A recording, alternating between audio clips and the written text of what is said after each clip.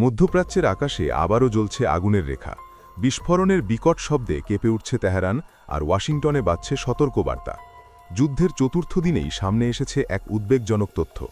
আর মাত্র 10 দিন এভাবে হামলা অব্যাহত থাকলে যুক্তরাষ্ট্রের গুরুত্বপূর্ণ ক্ষেপণাস্ত্র ভাণ্ডার আশঙ্কাজনকভাবে কমে যেতে পারে। কাতার ভিত্তিক সংবাদমাধ্যম আল জাজিরার এক প্রতিবেদনে দাবি করা হয়েছে, মার্কিন প্রতিরক্ষা দপ্তর পেন্টাগন প্রেসিডেন্ট ডোনাল্ড ট্রাম্পকে জানিয়েছে যে দীর্ঘস্থায়ী সংঘাত যুক্তরাষ্ট্রের জন্য বড় ঝুঁকি তৈরি করতে পারে। বিশেষ করে উন্নত মানের ইন্টারসেপ্টর ও নির্ভুল ক্ষেপণাস্ত্রের মজুদ দ্রুত কমে যাওয়ার আশঙ্কা রয়েছে।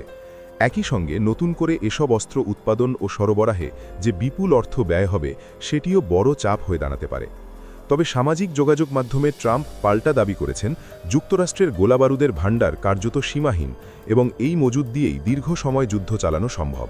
তার এই বক্তব্যের মধ্যেই উঠে এসেছে ভিন্ন বিশ্লেষণ। বিশেষজ্ঞদের মতে সবচেয়ে বেশি চাপ পড়তে পারে terminal high altitude area defence বা terminal high altitude area defence ব্যবস্থার ওপর।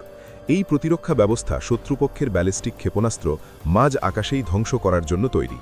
গত বছরের সংঘাতে যুক্তরাষ্ট্র প্রায় 150টি থার্ড ইন্টারসেপ্টর ব্যবহার করেছিল, যা মোট মজুদের প্রায় 25%। এছাড়া জাহাজ ভিত্তিক স্ট্যান্ডার্ড মিসাইল 3 এর ভাণ্ডারও কমে এসেছে বলে মার্কিন গণমাধ্যমে উঠে এসেছে। আরেকটি গুরুত্বপূর্ণ অস্ত্র হল জয়েন্ট ডিরেক্ট অ্যাটাক মিউনিশন, যা সাধারণ বোমাকে জিপিএস নিয়ন্ত্রিত স্মার্ট বোমায় রূপান্তর করে। ইরানের লক্ষ্যভিত্তিক হামলায় এই নির্ভুল অস্ত্রের ব্যবহার বেড়েছে বলেই ধারণা করা হচ্ছে। মার্কিন পররাষ্ট্রমন্ত্রী মার্কো রুবিও জানিয়েছেন, ইরান প্রতি মাসে 100টিরও বেশি ক্ষেপণাস্ত্র তৈরি করতে সক্ষম, অথচ যুক্তরাষ্ট্র ও তার মিত্ররা মাসে মাত্র 6 থেকে 7টি প্রতিরক্ষামূলক ইন্টারসেপ্টর উৎপাদন করতে পারে। উৎপাদনগত এই বৈষম্য দীর্ঘমেয়াদে বড় কৌশলগত চ্যালেঞ্জ তৈরি করতে পারে। খরচের হিসাবও কম নয়। প্রথম 24 ঘণ্টার হামলায় ব্যয় হয়েছে প্রায় $779 মিলিয়ন। দুটি বিমানবাহী রণতরী স্ট্রাইক গ্রুপ মোতায়েন, আকাশ ও নৌবাহিনীর সমন্বিত অভিযান, সব মিলিয়ে যুদ্ধের প্রাথমিক প্রস্তুতিতে কয়েকশো কোটি ডলার খরচ হয়েছে। বিশ্বের বৃহত্তম বিমানবাহী রণতরী ইউএসএস জ্যারেড আর ফোর্ড পরিচালনাতেই প্রতিদিন গড়ে $6.5 মিলিয়ন ব্যয় হয় বলে জানিয়েছে centre for a new American security. Pentagon budget মডেলের পরিচালক কেন স্মেটার্সের হিসাব অনুযায়ী সংঘাত দীর্ঘস্থায়ী হলে ব্যয় $210 মিলিয়ন পৌঁছাতে পারে।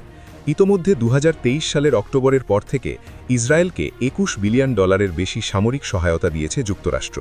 পাশাপাশি ইয়েমেন ও মধ্যপ্রাচ্যের অন্যান্য অভিযানে অতিরিক্ত কয়েক বিলিয়ন ডলার ব্যয় হয়েছে। এই পরিস্থিতি কেবল সামরিক নয়, অর্থনৈতিক ও কৌশলগত দিক থেকেও বড় প্রশ্ন তুলে দিচ্ছে।